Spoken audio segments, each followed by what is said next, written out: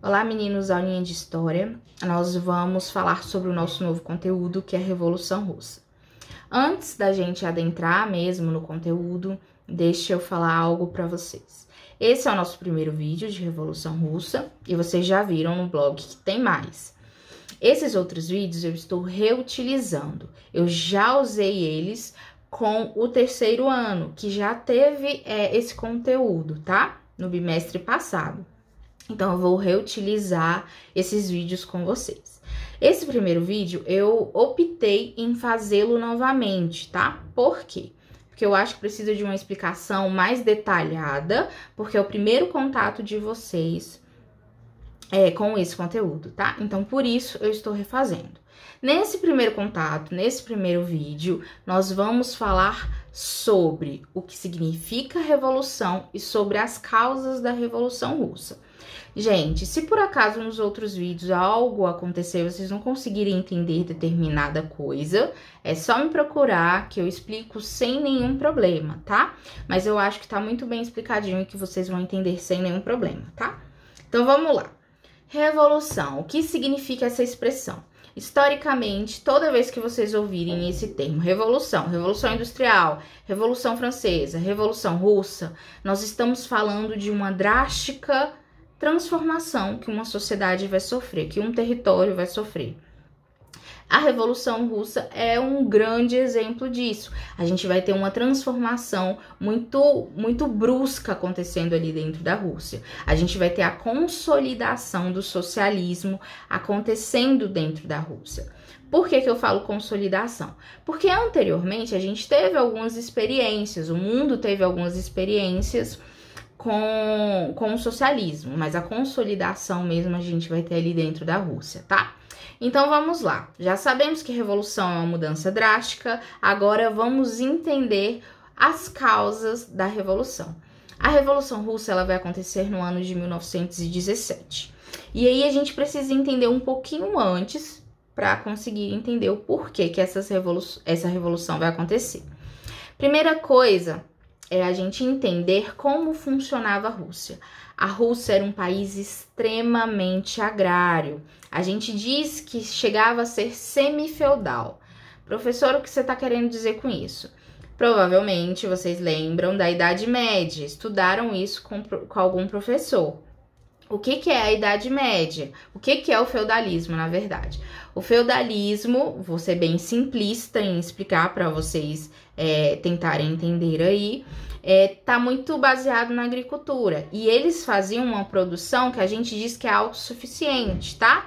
É para quê? Só para eles mesmo, não existia um grande comércio acontecendo ali, tá? Então, peguem isso para entender mais ou menos o que era o feudalismo. E a Rússia ainda era muito feudal, ainda dependia muito da agricultura. E nós precisamos entender que a Rússia é um lugar gelado. Então vão ocorrer algumas dificuldades por conta disso. A galera tá passando fome, a galera tá passando dificuldade ali dentro da Rússia, tá? Segunda coisa, existe uma ideologia da Igreja Ortodoxa muito forte dentro daquela sociedade na Rússia.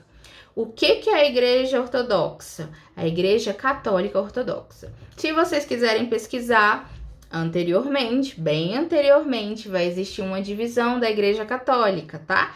E nessa divisão a gente vai ter o que a gente chama de Igreja Católica Ortodoxa, tá? Se vocês quiserem dar uma pesquisada, fiquem à vontade. Ok, existia essa ideologia muito presente ali dentro daquela sociedade. Existia um monopólio ideológico muito presente ali, então era um problema também.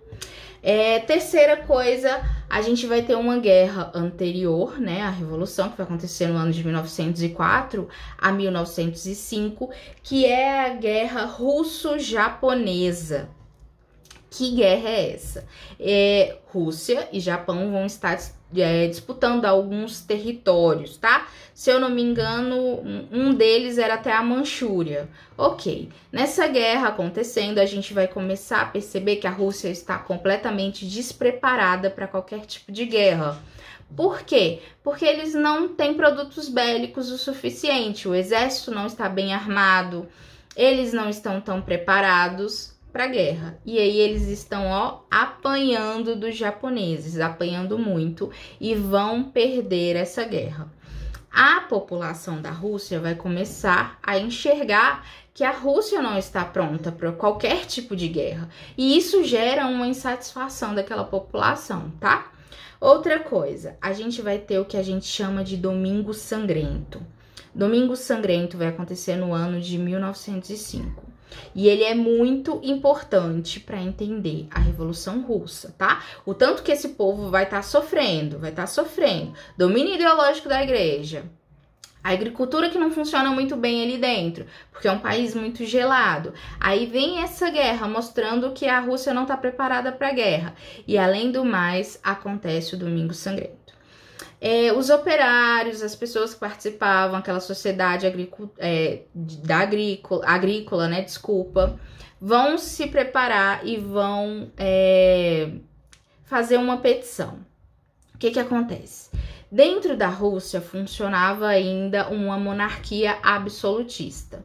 A gente tinha um czar que se chamava Nicolau II. Ele era o rei absolutista da Rússia. O que significa rei absolutista? Ele mandava e desmandava, ele fazia o que queria.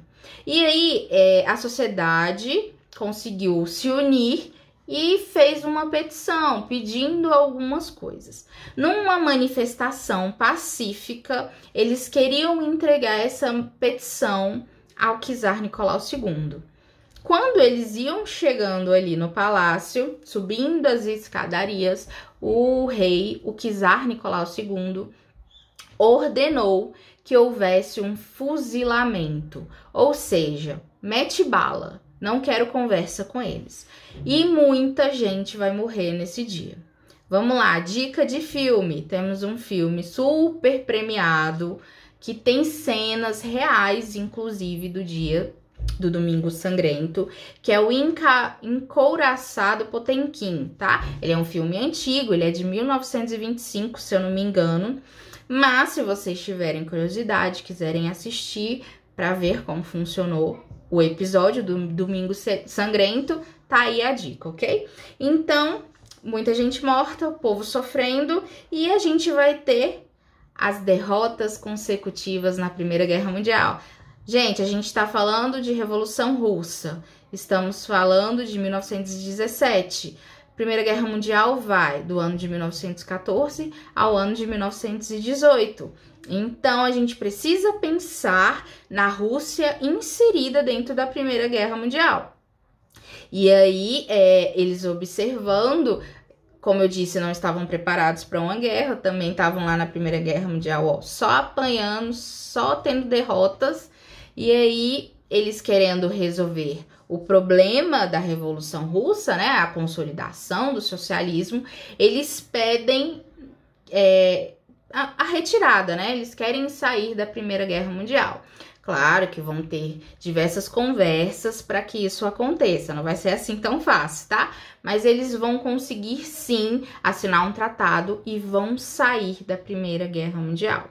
Então, tudo isso que eu falei para vocês vão ser causas para a Revolução Russa acontecer, e vocês não podem esquecer de nenhuma dessas causas, tá? Meninos, é isso nesse vídeo. Por enquanto é isso. Assistam os próximos vídeos para entender melhor.